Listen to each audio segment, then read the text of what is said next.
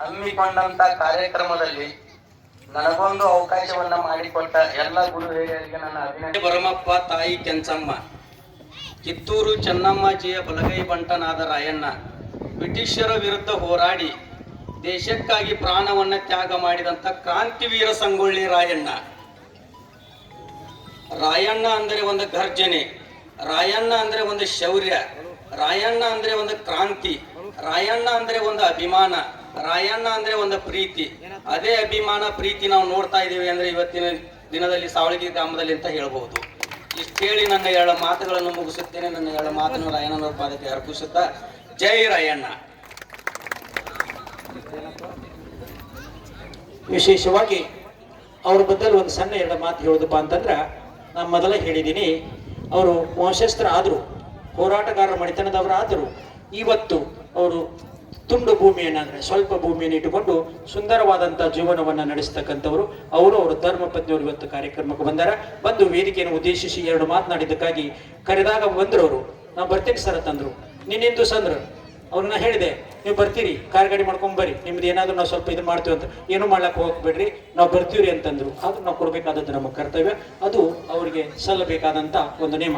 ಇವತ್ತು ಆ ವೇದಿಕೆಯನ್ನು ಉದ್ದೇಶಿಸಿ ಮಾತನಾಡಿದಂಥ ಶ್ರೀಯುತ ಕ್ರಾಂತಿವೀರ ಸಂಗೊಳ್ಳಿ ರಾಯಣ್ಣ ವಂಶಸ್ಥರಾದ ಶ್ರೀಯುತ ನಿಂಗಪ್ಪ ಶಂಕರಪ್ಪ ರೋಗಣ್ಣ ಅವರಿಗೆ ನಮ್ಮ ಸುಸಂಸ್ಕೃತಿ ಸಂಸ್ಕಾರ ಸೇವಾ ಮಂಚದ ವತಿಯಿಂದ ಹಾಗೂ ಸಂಗೊಳ್ಳಿ ರಾಯಣ್ಣ ಗ್ರಾಮೀಣ ಅಭಿವೃದ್ಧಿ ವೇದಿಕೆ ಮುಖಾಂತರ, ವೇದಿಕೆ ಮೇಲಿರ್ತಕ್ಕಂಥ ಎಲ್ಲ ಹಿರಿಯರ ಮುಖಾಂತರ, ತಮ್ಮೆಲ್ಲರ ಮುಖಾಂತರ ಹೃತ್ಪೂರ್ವಕವಾದಂಥವ್ರಿಗೆ ಧನ್ಯವಾದಗಳನ್ನು ತಿಳಿಸ್ತಾ ಇದ್ದೇನೆ. ಇನ್ನು ಕೊನೆಯದಾಗಿ ವಂದನಾರ್ಪಣೆ ಯಾರೋ ಒಬ್ರು ಮಾತಾಡ್ತಂದ್ರು, ಆದರೂ ಟೈಮ್ ಇಲ್ಲ ಸರ್, ಹೊಂಟಾರ, ಎಲ್ಲರದು ಮೀಟಿಂಗ್ ಐತಿ, ಅದಕ್ಕೆ ಮಂತೊಮ್ಮೆ ಮಾತಾಡ್ಸಕಚ್ಚನು.